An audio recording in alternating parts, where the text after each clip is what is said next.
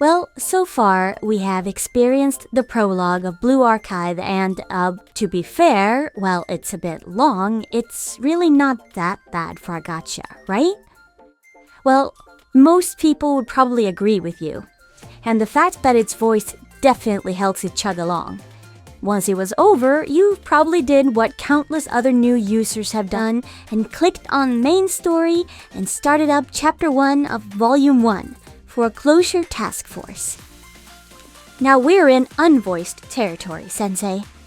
Little did you realize you were going to be sitting through over 2 hours of dialogue interspersed with the occasional bits and pieces of, well, let's be honest, really easy combat.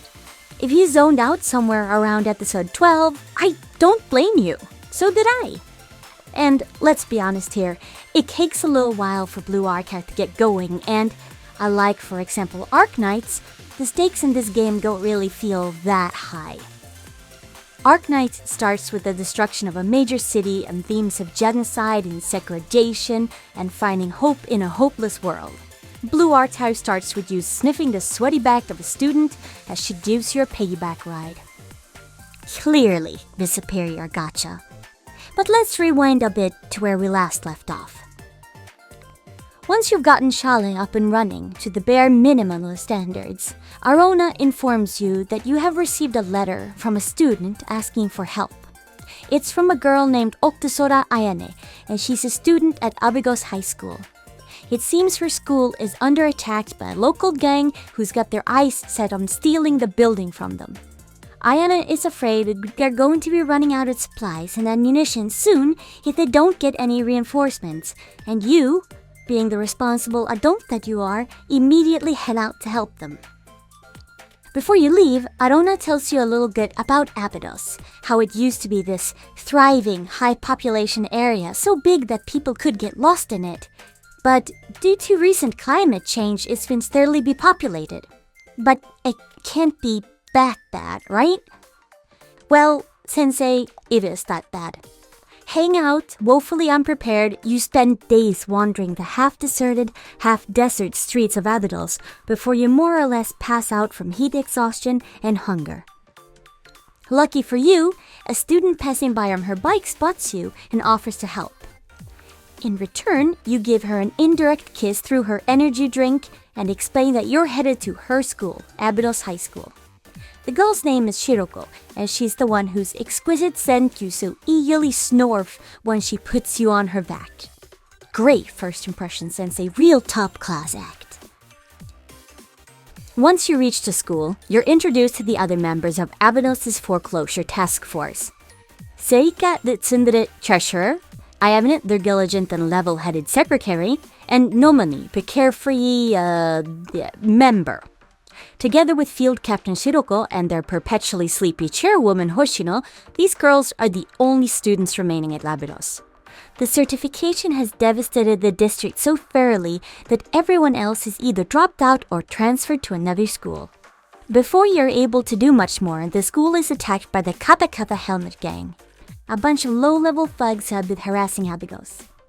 Thanks to your expertise and guidance, the Foreclosure Task Force wipes them out without much problem, and you get to enjoy a brief moment of peace and become more familiar with the team and their mascot sleepy old man Hoshino. Turns out that the Kata-Kata aren't the worst thing that the task force is dealing with. Because of the climate change, the school went down the same path as my weed-loving friend in high school did. The average of high-interest, risky collateral loans from shitty people, and just like my friend, they ended up owing 962,350,000 yen, or close to $7 million, to these loan sharks. Most of the club members are relieved that you showed up and promised to help them, but Serika, not so much. She doesn't like the idea of an adult swooping in and fixing their problems when they had been forced to rely on themselves for so long. Naturally, being the creepy big concerned sensei that you are, you decide to follow her on her day off to her part-time job at the Shibaseki Ramen, a restaurant owned and run by a Shiba Inu. Yeah, don't question it. Animals are apparently sentient and capable of making noodles. Anyway, turns out the rest of the girls had already figured out she was working here, And after crushing the place and making you pay for their meals, kind of, things seems to be heading in the right direction. Oh, never mind, Serika gets kidnapped. Now, I'm gonna stop right here and I'm gonna ask you, the viewer, how major of a plot point this kidnapping is going to be, do you think? How much of the following story will be focused on saving her from the gang? If your answer was less than 10 minutes, you're correct. Yeah, this entire situation is resolved in the very next episode. But Kata-Kata gang are a fucking joke. The whole thing isn't just an opportunity for us to incite a feeling of depth and gratitude in a young maiden's heart, of course. And while we are busy saving our resident tsundere, Ayane figures out that someone's been supplying the Helmet Gang with firepower way above their weight class. Specifically a Flak 41 heavy anti-aircraft gun mounted on a vehicle chassis. Cue mysterious, shadowy figure cursing the students of Abydos and getting in part to an unknown group called Problem Solver 68. Now, who might these mysterious fixers be? And who's the robot that sent the Helmet Gang all their gear? And did our stalker-assisted rescue Serika soften her heart for us? We'll just have to see in the next part. Until then, hang loose and catch you later. Bye bye!